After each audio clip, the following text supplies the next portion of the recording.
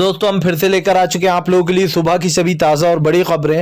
एक एक कर आपको सारी खबरों की जानकारी देंगे आज देश दुनिया में क्या कुछ हो रहा है। दरअसल दोस्तों सबसे पहली जो बिग ब्रेकिंग निकलकारी, किसान नेता राकेश टिकैत का बड़ा ऐलान। बोले फिलहाल भारतीय जनता पार्टी और योगी को 2022 में एक ऐसा तोहफा दिया जाएगा कि सत्ता से उठाकर बाहर फेंका जाएगा। जी हाँ, इसके बारे में आपको विस्तार से बताएंगे। वहीं पर दोस्तों राहुल गांधी का केंद्र सरकार पर बड़ा हमला। बोले जल्द से जल्द जम्मू कश्मीर में हो चुनाव जो और जम्मू को जो है यहां पर राज्य का दर्जा दिया जाए, इसके बारे में आपको विस्तार से बताएंगे। वहीं पर दोस्तों राज्यसभा में पेगासस वाले मामले पर फिर से भयंकर हंगामा, जी लोगों ने की तोड़फोड़, इसके बारे में आपको विस्तार से बताएंगे।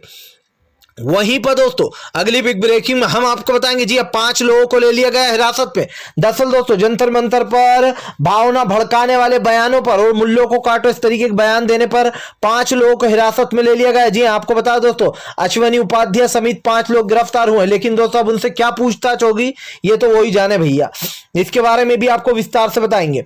वहीं पर दोस्तों अगली बिग ब्रेकिंग में हम आपको बताएंगे आजम खान को मिली जमानत। जी दोस्तों बिल बिलाने लगे उत्तर प्रदेश से योगी। दरअसल दोस्तों आपको बता दे एक मामले में 3 मामलों में पहले आजम खान को बेल मिल चुकी है, अब एक और मामले में आजम खान को बेल मिल गई और निचली अदालत से आजम खान को छोड़ने की बात बोली गई है। जी हाँ, कपिल सिब्बल ने क्या कुछ बोला इसके बारे में भी बताएंगे कि भारतीय जनता पार्टी विरोध क्यों कर रही है आजम खान की जमानत का।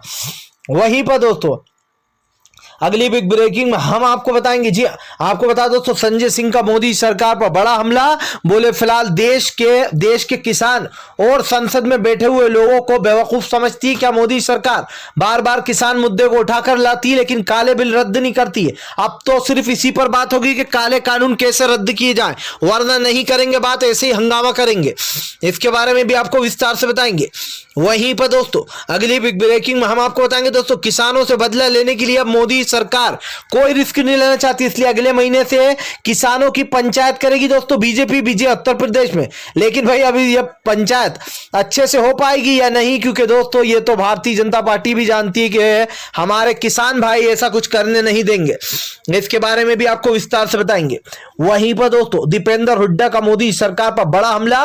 बोले 2 फीट की दूरी पर किसान बैठे, वो किसान दिखाई नहीं दे रहा है। इस देश का प्रधानमंत्री तानाशाह और तानाशाही रहेगा, इसके बारे में भी आपको विस्तार से बताएंगे।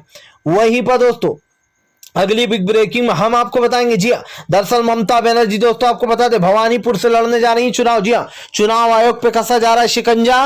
ममता बनर्जी ने पूरी तरीके से मांग रख दी है कि फिलहाल जल्द से जल्द चुनाव कराए जाए। आपको बता दोस्तों अब जो यहाँ पर भवानीपुर से चुनाव लड़ने जा रही है भवानीपुर की बेटी, ये नारा भी रखा गया है, इसके बारे में भी आपको विस्तार से बताएंगे।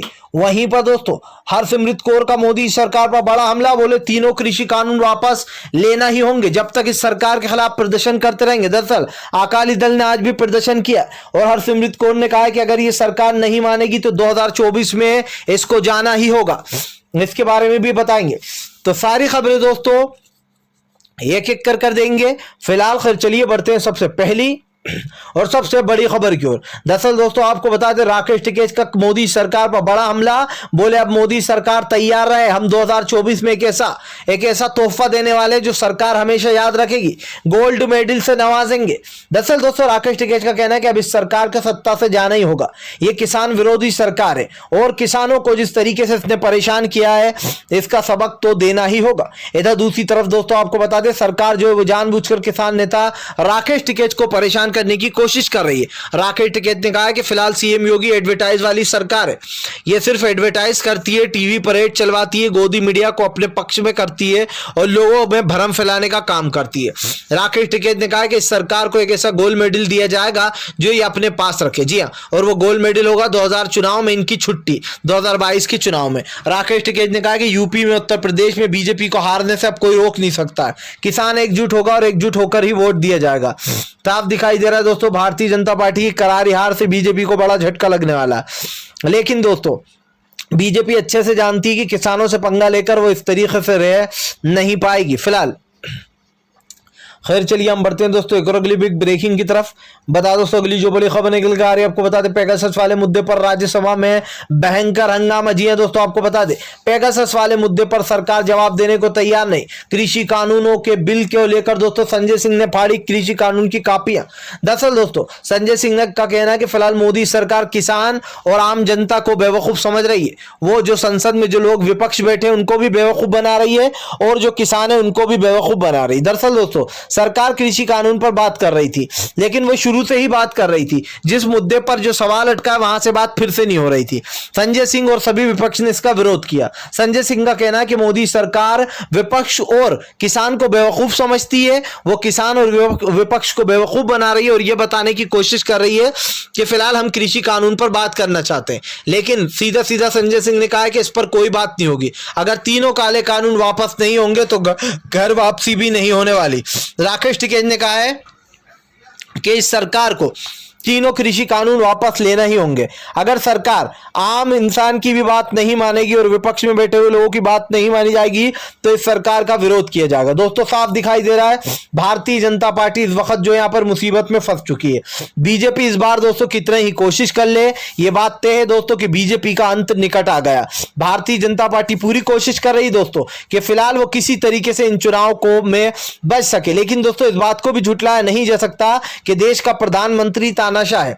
जी हां, और संजय सिंह की वो बात बिल्कुल सही है कि प्रधानमंत्री शुरू से शुरू करते हैं जिसका कोई मतलब ही नहीं है। दोस्तों किसानों की सीधी मांग है आप तीनों काले कानून वापस करो। संजय सिंह ने साफ कहा है जब तक हंगामा होगा, जब तक के सरकार कृषि कानून वापस नहीं लेगी। फिलहाल खैर चलिए हम बढ़ते हैं दोस्तों एक और अगली बिग ब्रेकिंग की तरफ। बता दोस्तों अगली जो बड़ी खबर निकल कर आ रही है, आपको बता दें राहुल गांधी का केंद्र सरकार पर बड़ा हमला। बोले फिलहाल जम्मू और कश्मीर में जल्द से जल्द चुनाव होना चाहिए। दरअसल दोस्तों राहुल गांधी जम्मू कश्मीर के दौरे पर गए हुए। आपको बता दें 370 हटने के बाद पहली बार राहुल गांधी जम्मू और कश्मीर के दौरे पर गए थे। राहुल गांधी का कहना है कि अब इस सरकार को जो यहाँ पर ये काले कानून वापस लेना ही होंगे। आपको बता दो दोस्तों राहुल गांधी ने साफ कहा है कि फिलहाल इस तरीके से 370 हटाया गया, इसको लेकर जो यहाँ पर जम्मू और कश्मीर की जनता काफी परेशान है। जल्द से जल्द जम्मू कश्मीर में चुनाव होना चाहिए और उनका कहना है कि फिलहाल जम्मू कश्मीर को जो यहाँ पर एक राज्य का दर्जा देना चाहिए। जिस तरीके से इससे राज्य का दर्जा छीना गया ये बहुत ही गलत बात है। दोस्तों साफ दिखाई दे रहा है कि फिलहाल राज्य के दर्जे को लेकर इस वक्त जम्मू और कश्मीर में बड़ी आवाजें उठ रही हैं। चुनाव को लेकर भी दोस्तों वहां पर रणनीति तैयार हो चुकी है कि फिलहाल जम्मू और कश्मीर में जो यहाँ पर चुनाव कराए जाए। दोस्तों साफ पता चल रहा है कि बीजेपी की जो रणनीतियां वो उसके ऊपर ही अब भारी पड़ने वाली है। जी हाँ, बीजेपी ने प्लान तो बना लिया। बीजेपी ने ये तो सोच लिया कि फिलहाल किस तरीके से विपक्ष को डराना धमकाना है, लेकिन बीजेपी भूल गई दोस्तों कि इस वक्त विपक्ष बीजेपी से भी मजबूत होने वाले काम कर रहा है। जिस तरीके से राहुल गांधी और सारे विपक्ष सड़कों पर उतरे हैं, इससे साफ दिखाई देता है कि भारतीय जनता पार्टी की मुश्किलें लगातार बढ़ती चली जा रही हैं। फिलहाल खैर चलिए हम बढ़ते हैं दोस्तों एक और अगली बिग ब्रेकिंग की तरफ। बता दोस्तों अगली जो बड़ी खबर निकल कर आ रही है, दरअसल दोस्तों आपको बता दें अश्वनी उपाध्याय समेत 5 लोगों को हिरासत में ले लिया गया है दिल्ली पुलिस द्वारा। बताया जा रहा है इनसे पूछताछ चल रही है। दरअसल दोस्तों अब 5 लोगों को अश्वनी समेत जो दोस्तों 5 लोगों को गिरफ्तार कर लिया गया, यानी कि हिरासत में ले लिया गया है। अश्वनी उपाध्याय वही है दोस्तों जिन्होंने जय श्री राम के नारे लगाएंगे साले कटेंगे जब जय श्री राम के नारे बोलेंगे मुल्ले, इस तरीके के बहुत विवादित बयान दिए मुसलमानों के खिलाफ, और जो यहाँ पर जानबूझकर मुल्लों को पता नहीं क्या क्या करेंगे इस तरीके की बातें बोली गई, जो कि मैं दोस्तों बोलना भी नहीं चाहता हूं अपने वीडियो में। आपको बता दूं दोस्तों इस वक्त जो भाषा का यूज किया गया बहुत ही गंदी भाषा थी, और जिस तरीके से मुसलमानों को जान से मारने की धमकियां दी गई हैं ये भी बहुत टुच्ची धमकियां थी। दरअसल इनको खुद को भी पता है ये बिगाड़ कुछ नहीं सकते, सिर्फ इनको राजनीति चमकाना है अपनी और बस बड़े बड़ी बतौलेबाजी कर कर निकल जाना है। लेकिन अब दोस्तों आपको बता दें अश्वनी उपाध्याय समेत 5 लोगों को गिरफ्तार कर लिया गया, हिरासत में ले लिया गया, इनसे पूछताछ चल रही है। लेकिन दोस्तों ये आप भी जानते हैं जिसकी लाठी उसी की भैंस। जी हाँ, इसका मतलब तो आप अच्छे समझ गए होंगे कि अभी केंद्र सरकार दिल्ली में केंद्र सरकार किसकी, बीजेपी की है, और क्या पूछताछ होगी ये भी आज तो अच्छे से जानते हैं। पूछताछ कर कर इन लोगों को छोड़ दिया जाएगा, क्योंकि इन जैसे नफरती चिंटू जो लगातार काटने के बयान दे रहे हैं, जो इस तरीके के विवादित बयान दे रहे हैं, अगर उनको लिया भी है हिरासत में तो ये आप भी जानते हैं कि बीजेपी क्या करेगी, उनसे पूछताछ करेगी और कुछ देर बाद या फिर कुछ दिन बाद 1-2 दिन बाद छोड़ दिया जाएगा। अब जो भी होगा दोस्तों ये आप जानते ही हैं कि बीजेपी इस वक्त कौन सी राजनीति कर रही है। लोगों को दिखाने को उन लोगों को हिरासत में लिया जाता है, सवाल पूछकर उनको छोड़ भी दिया जाता है। ये हमारे बीजेपी का नया कानून चला है कि जो लोग विवादित बयान दे, जो दंगे भड़काने की कोशिश करें, उन लोगों को माफ कर दो और उन लोगों को छोड़ दो, लेकिन किसानों को माफ मत करो। जो बेचारे किसान हैं उनके ऊपर केस दर्ज करो। अगर किसानों को पहचानने की बात आती है दोस्तों, तो बीजेपी 1 मिनट में पहचान जाती है कि किसने दिल्ली में हिंसा फैलाई, किसने झंडा लहराया। लेकिन जब इनके लोगों ने साफ साफ वीडियो जारी किया और यह बताया कि ये लोग कैसे हिंदू धर्म का, मुसलमानों का विरोध कर रहे हैं, तब दोस्तों दिल्ली पुलिस ने इन लोगों को नहीं देखा कि कौन थे। अज्ञात व्यक्ति के नाम से एफआईआर दर्ज की गई। जब इनके ऊपर सवाल उठने लगे तो 5 लोगों को हिरासत में ले लिया गया, क्योंकि साफ दिखाई दे रहा था वीडियो में कि फिलहाल अश्वनी किस तरीके से जो यहाँ पर दोस्तों अश्वनी उपाध्याय बयान दे रहा था, बयानबाजी कर रहा था और सीधे सीधे साफ दिखाई दे रहा था। फिलहाल खैर चलिए हम बढ़ते हैं दोस्तों एक अगली ब्रेकिंग की तरफ। बता दोस्तों अगली जो बड़ी खबर निकल कर आ रही है, आपको बता दोस्तों आजम खान को बड़ी राहत, सुप्रीम कोर्ट ने दी जमानत। जी आपको बता दोस्तों आजम खान और बेटे अब्दुल्ला को जमानत दे दी गई है और इसी के साथ साथ सुप्रीम कोर्ट ने जारी किया है कि फिलहाल आजम खान को जेल से रिहा किया जाए। निचली अदालत को यह आदेश दिया है कि फिलहाल वो जल्द से जल्द 1 महीने यानी कि 4 हफ्ते के अंदर आजम खान को इसमें रिहा करे, यानी कि जेल से छोड़े। लेकिन दोस्तों अब उत्तर प्रदेश की जो सरकार है वो बौखला गई है। बौखलाहट समझिए दोस्तों आप, उत्तर प्रदेश में आने वाला है चुनाव के वक्त आजम खान को कपिल सिब्बल ने रिहा करवा दिया और यही बात बीजेपी को बुरी लग रही कि कहीं आजम खान जेल से बाहर न निकल जाए। और इसीलिए दोस्तों बीजेपी ने आपत्ति जताते हुए बीजेपी की सरकार ने आपत्ति जताते हुए एक याचिका दायर की सुप्रीम कोर्ट में कि फिलहाल आजम खान को ना छोड़ा जाए। जब सुप्रीम कोर्ट के जज ने कहा है कि फिलहाल क्यों आजम खान को ना छोड़ा जाए, आपको बता दोस्तों मामला था एक पेन का आईडी में जो यहां पर झूठे साइन का ये मामला था कि झूठे साइन कर लिए थे उनके बेटे अब्दुल्ला ने, फर्जी वो बनवाई थी आईडी, और ये आईडी का मामला था और इसमें उन दोनों को रिहा कर दिया गया, यानी कि जमानत दे दी गई है कपिल सिब्बल द्वारा। कपिल सिब्बल ने अपनी टिप्पणियों में साफ कहा है कि कई भले ही केस उनके ऊपर दर्ज हो, लेकिन इस पर जो यहाँ पर चार्जशीट दाखिल हो चुकी है। इसके ऊपर दोस्तों आजम खान को सुप्रीम कोर्ट के जो एनवी नए जो जज है दोस्तों रमन, उन्होंने जमानत दे दी है। दरअसल दोस्तों इनसे हजम नहीं होता, जब भी कोई ऐसा जज आ जाता है जो इनके नीतियों के खिलाफ जाता है तो बीजेपी बौखला जाती है। आपने देखा दोस्तों एनवी रमन साहब जब से आए, रवैया साहब, तब से उन्होंने जो फैसले लिए वो वाकई में काबिल तारीफ है। क्यों है दोस्तों काबिल तारीफ? क्योंकि अभी तक जो जज थे इससे पहले यज बोबड़े वो बीजेपी में थे, बीजेपी के लिए ही पक्षपाता करते थे। इससे पहले जो जज था दोस्तों रंजन गोगोई, उसने भी बीजेपी के लिए बड़े बड़े फैसले लिए और ऐसे फैसले जिनको सुनाने पर मैं आ जाऊं तो आप कहेंगे जब ही राज्यसभा में जगह मिली है। लेकिन फिलहाल इस मामले को हटाते हुए मैं आपको बता दूं आजम खान को बेल देते हुए यह कहा गया कि 4 हफ्ते में उनको छोड़ा जाए, लेकिन यूपी सरकार ने कहा है कि आजम जो मतलब यूपी सरकार का जो वकील है उसका कहना है आजम खान को छोड़ा ना जाए क्योंकि आजम खान बहुत ही बड़े आपराधिक है, उनके अपराध करने की उनकी आदत है, वो हमेशा अपराध करते रहते हैं और इस तरीके के अपराध वो करते ही रहते हैं। अब सोचिए दोस्तों आजम खान के ऊपर ऐसे कौन से अपराध हैं जो आजम खान ने क्या किसी का मर्डर कर दिया, डकैती कर दी, कौन से ऐसे चार्जेस लगे? दोस्तों अभी बीजेपी के ही नेता के भाई ने फर्जी डिग्री बनाकर जो यहाँ पर जॉब ले ली थी, उनको जो यहाँ पर कॉलेज का वो बना दिया गया था अध्यक्ष। जब पोल खुली तो उसके भाई को निकाल दिया गया। यही का ये मामला था जो आजम खान पे चार्ज लगे, जो उनके बेटे अब्दुल्ला पर चार्जेस लगाए गए, लेकिन उसके ऊपर बीजेपी का जो भाई था उसके ऊपर कोई कार्रवाई नहीं हुई। ये है दोस्तों बीजेपी की असलियत। मतलब आजम खान के लिए अलग कानून और इनके अपने लोग फंस जाए उसी कानून में तो उनके लिए अलग कानून।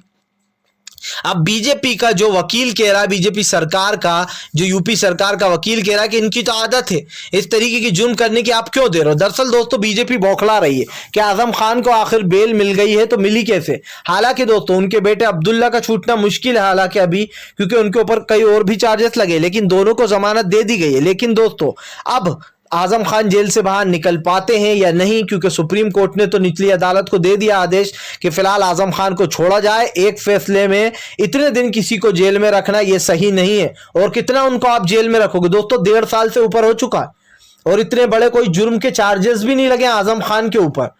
ऐसे तो दोस्तों लोग न जाने कितने लोगों के ऊपर कौन कौन सी बड़ी धाराएं लगा देते हैं। इसका यह मतलब नहीं कि वो धाराएं सच है, या आप भी जानते हैं कि पुलिस वाले आजकल क्या करते हैं, कितनी बड़ी बड़ी धाराएं ठोक देते हैं मासूम लोगों के ऊपर भी। तो इस पर जो है सब कपिल सिब्बल ने अपनी बात रखी, उनको जमानत दी गई है, निचली अदालत को बोला गया 4 हफ्ते में छोड़ा जाए, लेकिन दोस्तों यूपी सरकार विरोध कर रही है। अब वो छूट पाएंगे या नहीं छूट पाएंगे ये तो आने वाला वक्त बताएगा। लेकिन दोस्तों जिस तरीके से कपिल सिब्बल ने अपनी बात रखी, सुप्रीम कोर्ट के जज ने उनको जमानत दी है। अब ये देखना होगा कि क्या उनके बेटे अब्दुल्ला और आजम खान निकल पाएंगे। दरअसल दोस्तों बीजेपी ये चाहती है कि किसी भी तरीके से आजम खान चुनाव से पहले बाहर ना आ जाए। समझिए दोस्तों, पूरा प्रोपेगेंडा समझने की कोशिश कीजिए कि उत्तर प्रदेश के चुनाव हैं 5 महीने के अंदर, और बीजेपी ये कभी नहीं चाहेगी कि आजम खान बाहर आ जाए। अगर आजम खान बाहर आ गए तो अखिलेश और भी ज्यादा मजबूत हो जाएंगे, यही बीजेपी नहीं चाहती है फिलहाल। चलिए हम बढ़ते हैं दोस्तों एक अगली बिग ब्रेकिंग की तरफ। बता दोस्तों अगली जो बड़ी खबर निकल कर आ रही है आपको बता, दीपेंद्र हुड्डा का मोदी सरकार पर बड़ा हमला। बोले फिलहाल 2 कदम की दूरी पर किसान बैठा है, लेकिन देश का प्रधानमंत्री पूरी तरीके से घमंडी बन चुका है। जी हाँ, तानाशाह प्रधानमंत्री। आपको बता दोस्तों दीपेंद्र हुड्डा ने मोदी सरकार पर बड़ा हमला बोलते हुए कहा कि फिलहाल नरेंद्र मोदी किसानों से 2 कदम की दूरी पर बैठे हैं। जी हाँ, संसद भी 20 कदम की दूरी पर है। इस देश का प्रधानमंत्री किसानों के लिए टाइम नहीं निकाल पा रहा। इस देश के प्रधानमंत्री के पास किसानों के लिए समय नहीं है। काले कानून लाने का समय है, लेकिन उस पर बात करने का समय नहीं है। दरअसल दोस्तों अभी भी जब बात शुरू हुई तो सरकार कहती है कि कृषि कानूनों पर बात करो, लेकिन दोस्तों सरकार ये नहीं कहती है कि फिलहाल किन मुद्दों पर बात होना चाहिए। जब किसानों का सीधा फैसला है, सीधी मांग है कि तीनों जो कृषि कानून हो वो वापस हो, लेकिन दोस्तों ये सरकार वो कृषि कानून वापस नहीं लेना चाहती। अब आप समझिए कि मेन मुद्दे से भटकाकर सरकार इधर उधर की बातें करती है। इनका पहले से रहा है कि इन पीन पौने 3 करोड़ फिर निकल लो वहां से। भैया भारतीय जनता पार्टी को पता है कि इस वक्त कृषि कानून का मुद्दा उठाया जा रहा है और 3 काले कानून वापसी लेने की बात हो रही है, लेकिन सरकार 3 काले कानून वापस नहीं लेना चाहती। अब आप समझ सकते हैं फिलहाल। चलिए हम बढ़ते हैं दोस्तों एक और अगली बिग ब्रेकिंग की तरफ।